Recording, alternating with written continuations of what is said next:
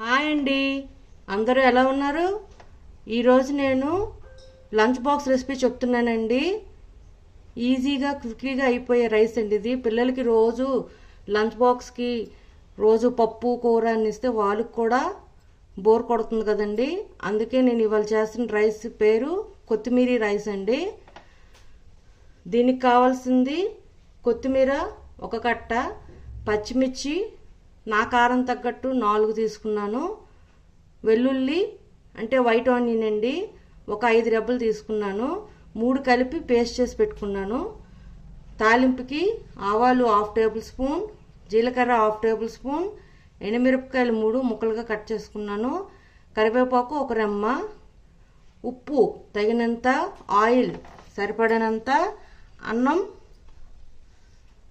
ఈ క్వాంటిటీకి సరిపడినట్టుగా 1 గ్లాసు అన్నం పెట్టుకున్నానండి.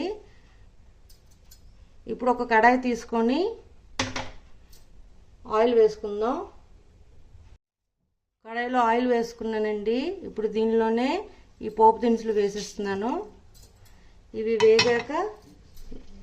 వేగడం స్టార్ట్ అయ్యాక ఈ కొత్తిమీర పేస్ట్ వేసేద్దాం. తాలింపు బాగా వేగిందండి. ఇప్పుడు దీంట్లో మనం గ్రైండ్ చేసి పెట్టుకున్న కొత్తిమీర, పచ్చిమిర్చి, వెల్లుల్లి పేస్ట్ వేసేసాను. ఇది పచ్చివాసన పోయేదాకా వేపుకోవాలండి.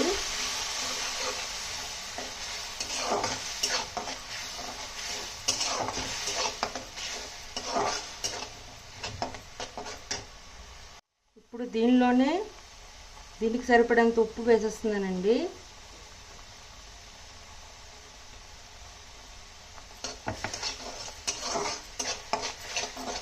ఒక 5 మినిట్స్ బాగా కలుపుకుందాం. కొంచెం ఆయిల్ పైకి తేలుతుంది, అప్పుడు అది వేగినట్టు అండి. ఇలా ఆయిల్ పైకి తేలింది అంటే అవి బాగా వేగినట్టేనండి. ఇప్పుడు దీంట్లో మనం కుక్ చేసి పెట్టుకున్న రైస్ని దీంట్లో వేసేసుకుందాం.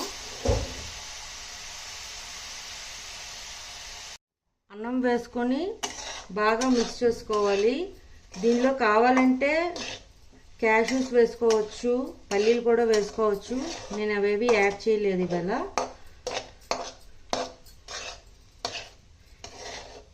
ఇవన్నీ బాగా కలుపుకున్న తర్వాత ఒక 10 మినిట్స్ ఇలా స్లో ఫ్లేమ్లో వదిలేస్తే అన్నానికి బాగా పడుతుంది ఇది కొత్తిమీర.